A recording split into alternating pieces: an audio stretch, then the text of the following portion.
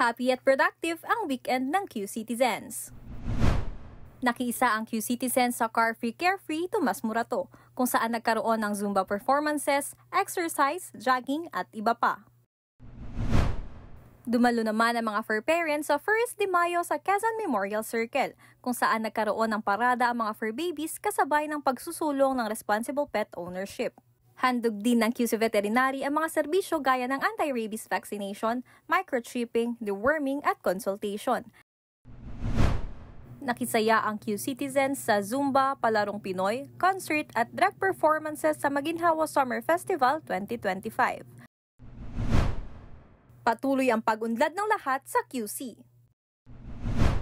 Ibinahagi ni Mayor Joy Belmonte ang No Woman Left Behind program sa side event ng 34th session ng Commission on Crime Prevention and Criminal Justice ng United Nations Office on Drugs and Crime. Congratulations Startup QC Student Competition winners! Itinanghal bilang grand winner ng Startup QC Student Competition Squad 2 ang mga mag-aaral mula sa Ateneo de Manila University na bumuo ng Plastipave, isang innovation na tumutugon sa plastic waste at urban flooding problem ng komunidad.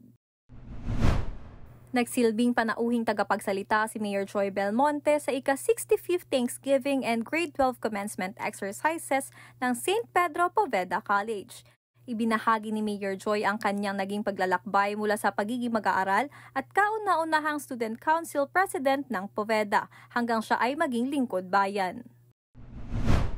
Ibinahagi ni Mayor Belmonte ang mga inisyatibo ng lokal na pamahalaan tulad ng inclusivity at sustainability sa kapihan sa Manila Prince Hotel. Tiniyak ni Mayor Joy na patuloy na palalakasin ng pamahalaang lungsod ang mga serbisyo para sa Quezon City. Binigyang diin ni Mayor Joy Belmonte ang mga nakamit ng lungsod mula sa maayos at tapat na pamamahala sa 46th Annual National Convention and Seminar ng Government Association of Certified Public Accountants Incorporated. Ginunita ng Lungsod Quezon ang AIDS International Candlelight Memorial bilang pag-alala sa mga namayapa dahil sa HIV at AIDS at panalangin para sa mga patuloy na lumalaban sa sakit.